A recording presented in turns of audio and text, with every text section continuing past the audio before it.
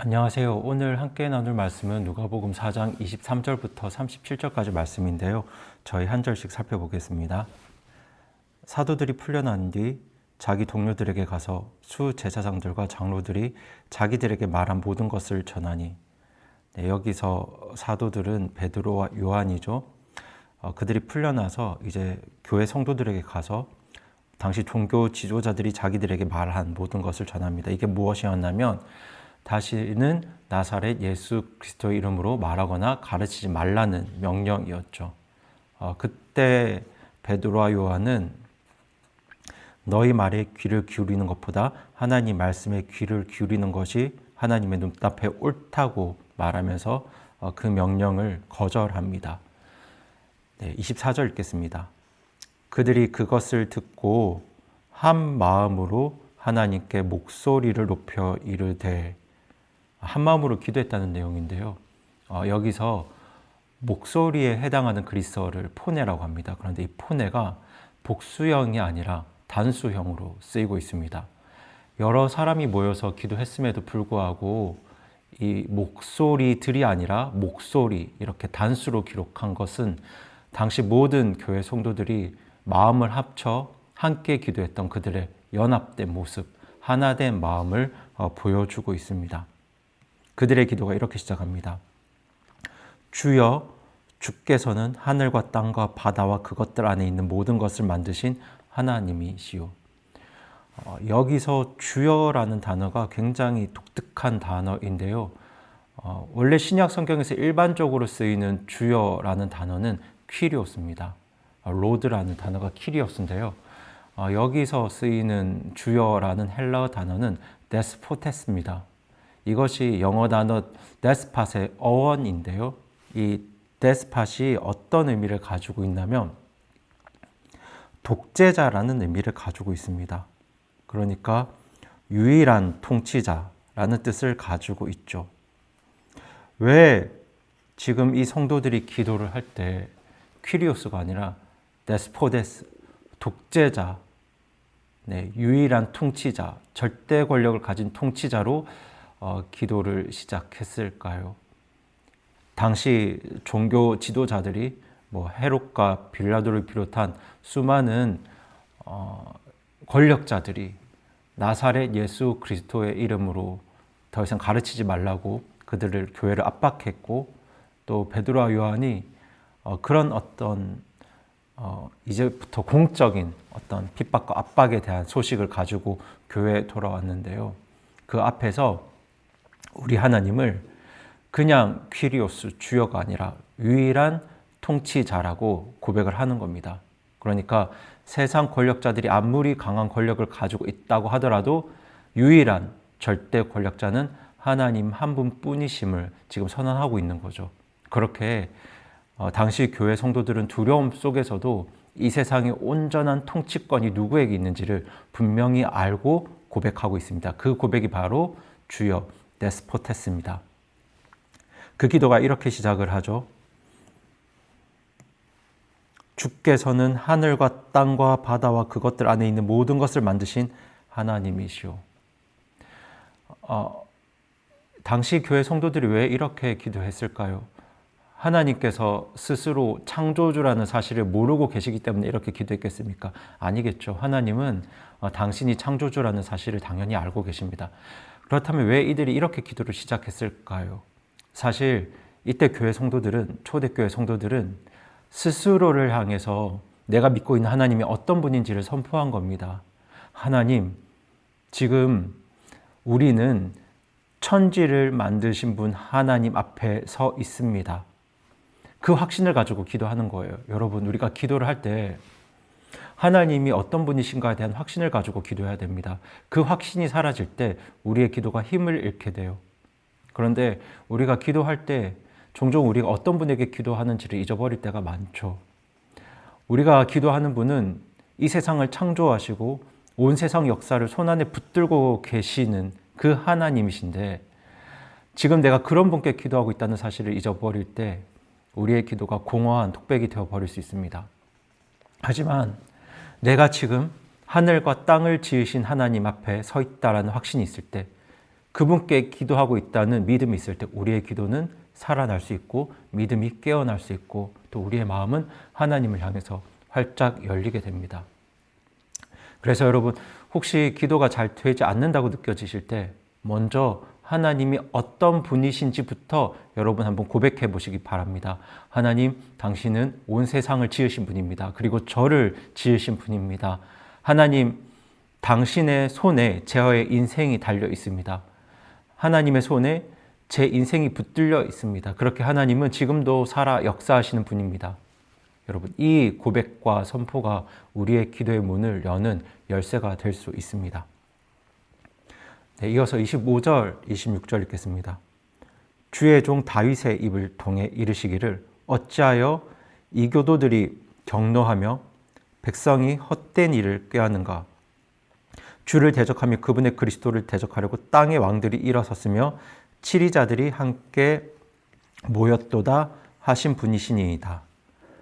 이 고백은 지금 시편 2편을 인용한 고백인데요. 여러분, 당시 유대 지도자들이 모두 합력하여 예수님을 대적하고 있지 않습니까? 그런데 이 모든 일들이 우연이 아니라 하나님께서 미리 작정하신 계획 안에서 허용된 일이라는 것을 지금 시편 2편을 인용하면서 그들이 믿음으로 고백하고 있습니다. 계속해서 읽겠습니다. 27절입니다. 진실로 헤롯과 본디오 빌로가 이방인들과 이스라엘 백성과 더불어 주께서 기름 부으신 주의 거룩한 아이 예수님을 대적하려고 함께 모여. 여러분, 여기서 굉장히 많은 이름들이 나오는데요. 의미가 있습니다. 헤롯과 본디오 빌라도, 사실 이 두 사람도 서로 하나 될 수 없는 사람들이고요. 이방인들과 이스라엘 백성도 어떻습니까? 하나 될 수 없는 사람들이에요. 그런데 이 사람들이 어떤 일에 하나가 됩니까? 네, 주의 거룩한 아들 예수님을 대적하는데 하나가 됩니다. 세상의 권력자들이 메시아 예수 그리스도를 대적하는데 하나가 됩니다. 합력합니다. 그런데 28절입니다. 무엇이든지 이 일 모두가 주의 손과 주의 계획이 미리 작정하사 이루려 하신 것을 다 행하려 하였나이다. 네.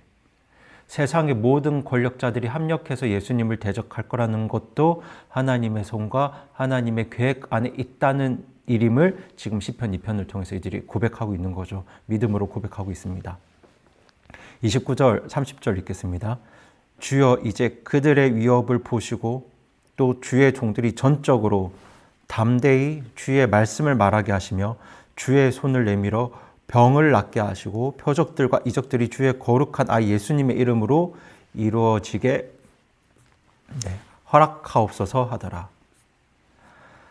지금 초대교회 성도들이 어떤 내용으로 기도하고 있는지를 우리가 볼 필요가 있습니다. 어떻게 보면 이제 베드로와 요한을 향한 이 박해와 압박을 통해서 초대교회를 향한 공식적인 이제 핍박이 시작되고 있는데요. 그때 초대교회 성도들은 그 세상 권력자들의 박해가 멈추거나 자신들이 안전해지기를 기도하지 않습니다. 오히려 어떻게 기도합니까? 이런 상황에서 더 담대하게 하나님의 말씀을, 주의 말씀을 전할 수 있게 해달라고 기도하고 있고요. 또 이를 위해서 하나님께서 손을 내밀어 병을 낫게 하시고 표적과 이적이 예수님의 이름으로 계속 이루어지게 해달라고 지금 기도하고 있습니다. 그러니까 초대교회 성도들은 지금 자신의 안전과 편안함이 아니라 하나님의 사역이, 하나님의 일이 멈추어지지 않기를 지금 간절히 바라며 기도하고 있는 거죠. 저는 오늘날 우리의 기도도 이런 기도가 되어야 한다고 믿습니다. 그렇게 핍박과 박해 앞에서도 나의 평안과 안전보다 하나님의 일이 이루어지기를 기도할 때 어떤 일들이 이루어지냐면요. 계속해서 보시겠습니다. 그들이 기도하기를 마침에 그들이 함께 모인 곳이 흔들리더니 그들이 다 성령님으로 충만하여 담대히 하나님의 말씀을 말하니라. 그들이 하나님의 일이 이루어지기를 기도했을 때 그들이 구했던 담대함이 누구를 통해서 지금 응답됩니까? 성령님을 통해서 응답됩니다. 그 담대함을 성령님을 통해서 허락하시죠. 여러분, 그러니까 믿음의 담대함, 또 하나님 말씀을 선포하고 전하는 일, 이 모든 일들을 비롯한 하나님의 일, 하나님의 사역, 여러분, 이 모든 것들은 우리가 먼저 하나님이 어떤 분인지에 대한 확신을 가지고 나의 사역보다 하나님의 사역이, 하나님의 일이 먼저 펼쳐지기를 기도할 때, 그러니까 먼저 하나님의 영광과 그분의 의가 성취되기를 기도할 때 성령님의 충만한 역사를 통해서 우리 가운데 이루어 주십니다. 우리에게 이 모든 필요한 응답들을 주시죠. 성령님을 통해 주십니다. 우리의 능력과 우리의 노력으로 이게 이루어지는 게 아닙니다. 계속해서 읽겠습니다. 믿은 자들의 무리가 한 마음 한 혼이 되어 모든 것을 공동으로 소유하고, 여러분, 성령님께서 역사하실 때 계속 반복해서 등장하는 표현이 바로 이 한 마음, 하나가 되는 것입니다. 여러분, 이것도 꼭 기억하시기 바랍니다. 성령님이 역사하시면, 성령님이 충만하면 그 교회는 하나가 됩니다. 한 마음 한 혼이 되어 모든 것을 공동으로 소유하고 그들 중 아무도 자기가 소유한 것을 조금이라도 자기 것이라고 말하지 아니하였으며, 사도들이 큰 권능으로 주 예수님의 부활을 증언하며 큰 은혜가 그들 모두에게 임하였고 그들 가운데 부족한 자가 아무도 없었으니 이는 땅이나 집을 소유한 자들이 다 그것들을 팔아 그 판 것들의 값을 가져다가 사도들의 발 앞에 두매 그들이 각 사람에게 필요한 대로 나누어 주었기 때문이라. 그러니까 여러분, 성령님께서 충만하게 역사하실 때 그 교회 공동체가 하나가 됩니다. 그리고 자기의 것을 나누게 되죠. 그렇게 그들 가운데 부족한 자가 아무도 없게 됩니다. 물론 여기에서 나눔은 외부에서 강요된 것이 아니라 공산주의, 사회주의가 아니고요.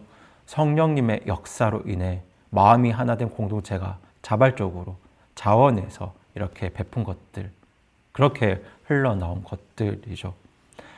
그렇게 성령님의 충만한 역사가 임할 때 교회 공동체가 하나 되고 서로 나누게 되고 그들 가운데 부족한 자가 없게 됩니다.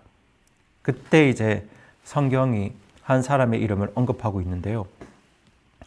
사도들이 키프로스 지방 출신의 요세라 하는 레위 사람에게 바나바라는 이름을 주었는데 그것을 번역하면 위로의 아들이니라. 그가 땅이 있었으므로 그것을 팔아 그 돈을 가져다가 사도들의 발 앞에 두니라. 그러니까 여러분, 원래 우리가 잘 알고 있는 이 바나바라는 사람의 본명은 요셉입니다. 이 요셉가 요셉이라고 불리고 요세프라고도 불리거든요. 요셉의 뜻은 하나님이 더하신다는 뜻인데요. 이제 사도들이 그 요셉에게 바나바, 위로의 아들이라는 이름을 붙여줍니다. 여기서 왜 바나바를 언급하고 있냐면, 당시 성령 충만한 교회 공동체의 나눔이 실제로 어떤 모습인지를 잘 보여주는 구체적인 인물이 바로 이 바나바고요. 그리고 이 바나바가 훗날 안디옥 교회를 세우는데 핵심 역할을 합니다. 바울의 1차 선교 여행 동반자가 되죠. 그리고 이제 이 다음 장인 사도행전 5장에서 아나니아 삽비라 이야기가 등장하는데요. 사도행전을 기록한 누가는 바나바의 순전한 나눔을 먼저 기록함으로써 이 뒤에 나오는 아나니아와 삽비라의 위선적인 행동과 이제 선명한 대조를 이루도록 먼저 이제 바나바를 언급하고 있습니다. 이렇게 사도행전이 끝나게 되는데요. 여러분, 오늘 말씀을 제가 묵상하면서 이제 몇 가지 다짐하게 되는 건, 매일 제가 하나님께 기도를 드리는데 내가 기도하고 간구하는 하나님이 어떤 분인지를 절대로 잊지 말자. 네. 표현이 좀 그런데요. 네, 독재자라는 표현이 그렇지만 우리 하나님이 이 세상의 유일한 통치자십니다. 절대 권력자시죠. 지금 세상의 많은 권력자들이 자기 뜻을 펼치고 있는 것 같지만 그 모든 일들이 하나님의 손 안에서 이루어지고 있고요. 제가 기도하는 분이 바로 그런 네, 유일한 통치자, 권력자 하나님이신데요. 그 사실을 절대로 잊지 말자 다짐하게 되고요. 그리고 오늘 본문을 보면서도 느끼는 건 나의 일보다 하나님의 일이 먼저 펼쳐지기를 간절히 기도하자 이렇게 다짐하게 됩니다. 그러면 하나님께서 성령님의 충만함과 담대함과 능력을 주신다 확신하게 되었고요. 그렇게 성령님이 충만하게 역사할 때 우리 교회는 그 누구도 부족함을 느끼지 못하는 복된 공동체가 될 것이라는 소망도 가지게 되었습니다. 우리 성도님들도 같은 마음으로 기도해 주시고요. 그렇게 오늘도 우리 성령님 의지하며 살아가시는 복된 하루 되시기 바랍니다. 기도하시겠습니다. 살아계신 하나님 아버지, 오늘도 주님의 말씀을 통해서 저희에게 여러 깨달음을 주심에 감사드립니다. 먼저 하나님, 저희가 매일 기도하고 간구하는 하나님이 어떤 분이신지 저희가 믿음으로 고백합니다. 하나님은 온 세상의 창조주시오, 지금도 모든 세상을 통치하시고 주관하시는 유일한 통치자, 권력자이심을 고백합니다. 세상 통치자들과 권력자들이 교회와 성도들을 어떻게 압박하고 핍박하고 힘들게 하더라도 우리가 의지하고 기도하며 우리의 아버지 되신 하나님이 이 세상의 유일한 통치자이심을 믿고 고백하면서 담대하게 우리의 구할 바를 믿음으로 구할 수 있는 저와 우리 교회 성도님들 될 수 있도록 주님 도와주시옵소서.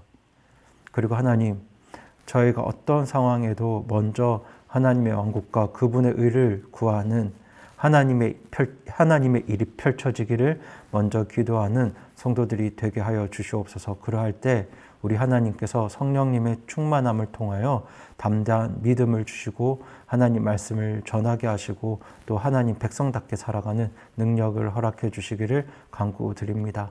그리고 그렇게 우리 교회가 성령님 충만한 교회가 될 때 그 성령님의 인도하심에 따라 우리 교회 그 누구도 부족함을 느끼지 못하고 성령님의 의와 기쁨과 화평을 충만하게 누리는 그런 복된 교회가 될 수 있도록 하나님 우리 교회를 축복해 주시옵소서. 오늘도 하루하루 힘겹게 살아갈 우리 성도님들의 삶을 주님께 의뢰합니다. 성령님께서 능력 주시고 위로하시고 함께해 주셔서 오늘 하루도 하나님 백성답게 살아갈 수 있는 힘을 우리 주님께서 주시옵소서. 이 모든 말씀 우리 주 예수님의 이름으로 기도드립니다. 아멘.